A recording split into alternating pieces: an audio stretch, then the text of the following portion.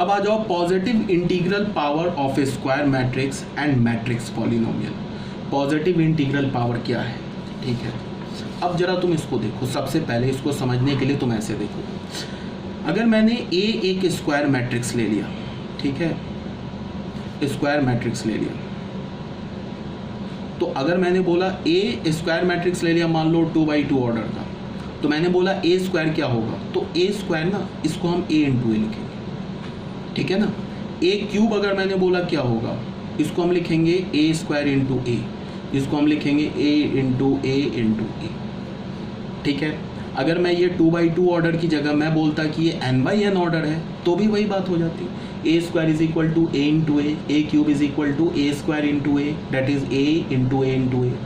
तो अगर मैं बोलूँ ए हमारे पास एक स्क्वायर मैट्रिक्स है और n ऑर्डर का स्क्वायर मैट्रिक्स है, तो a to the power m को हम कैसे लिख सकते हैं, a into A m times.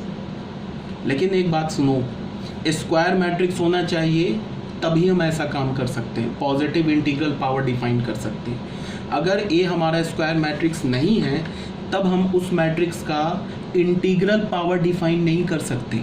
क्यों, वो तुम ऐसे देखो, एक ऑर्डर अगर मैं 2/3 ले लूँ तो ए स्क्वायर डिफाइंड ही नहीं होगा, ये जो चीज़ है ना, ये डिफाइंड ही नहीं होगा। क्यों नहीं डिफाइंड होगा, क्योंकि ए स्क्वायर लिखने का क्या मतलब हो गया, ए इंटू ए, इसका ऑर्डर क्या हमारे पास 2/3, इसका ऑर्डर क्या हमारे पास 2/3, तो तुम देख लो इसका कॉलम ही और रो इक्वल नहीं है, तो ए स्क्वायर ही डिफाइंड नहीं। मेरी बात आ रही है समझ में। तो मैंने क्या बोला कि किसी भी मैट्रिक्स का हम पॉजिटिव इंटीग्रल पावर डिफाइंड कर सकते हैं, बट वो मैट्रिक्स हमारा एक स्क्वायर मैट्रिक्स होना चाहिए, ठीक है।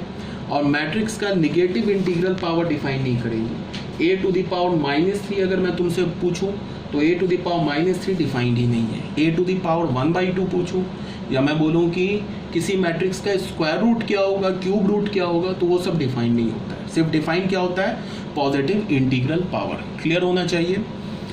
अब आ जाओ, इसी को मैंने यहाँ पे लिखा है, if capital A is a square matrix of order n, then A to the power m will also be a square matrix. अगर ए हमारा एक स्क्वायर मैट्रिक्स है n ऑर्डर का, तो A to the power m जो होगा ना, वो भी n ऑर्डर का ही स्क्वायर मैट्रिक्स होगा। और उसको हम डिफाइन कैसे करेंगे, A to the power m is equal to A into A m times. Clear होना चाहिए।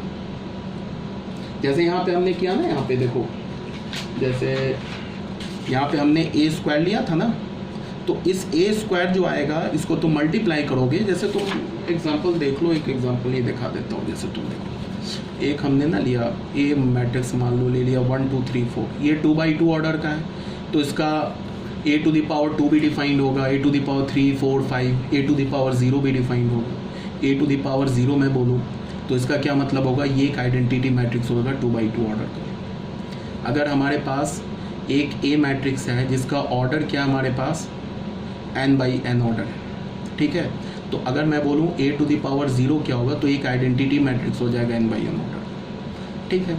अब अगर मैं बोलूँ ए स्क्वायर क्या होगा, तो ए स्क्वायर क्या होगा, यहाँ पे 1 2 3 4 और इसको मल्टीप्लाई कर देंगे 1 2 3 4। अब मल्टीप्लिकेशन तो ऑलरेडी मैं डिस्कस कर चुका हूँ।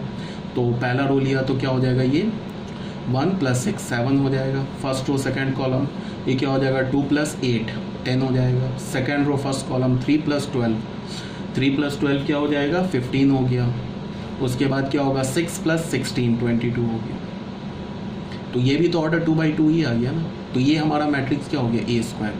क्लियर है ना। अगर ये ए मैट्रिक्स है तो ये वाला हमारा मैट्रिक्स क्या हो गया, ए स्क्वायर। यहाँ तक बात क्लियर है।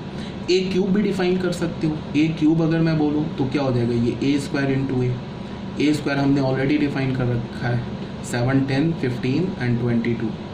और ए क्या हमारे पास 1 2 3 4, इसको मल्टीप्लाई करोगे तो एक मैट्रिक्स आ जाएगा फिर 2/2 ऑर्डर का, ये भी 2/2 ऑर्डर का हो जाएगा। तो ये मैट्रिक्स हमारा ए क्यूब हो गया। क्लियर है ना ये बात। तो यही बात यहाँ बोला गया, ठीक है। तो अब आ जाओ सेकेंड पॉइंट पर। सेकेंड पॉइंट क्या बोल रहा है हमारे पास, सेकेंड पॉइंट में ये बोला है कि if A matrix A of order n is set to satisfy the polynomial equation f(x) = 0 if this. ठीक है, मतलब क्या है समझो इसको। सबसे पहले क्या है कि तुम इसको ऐसे समझो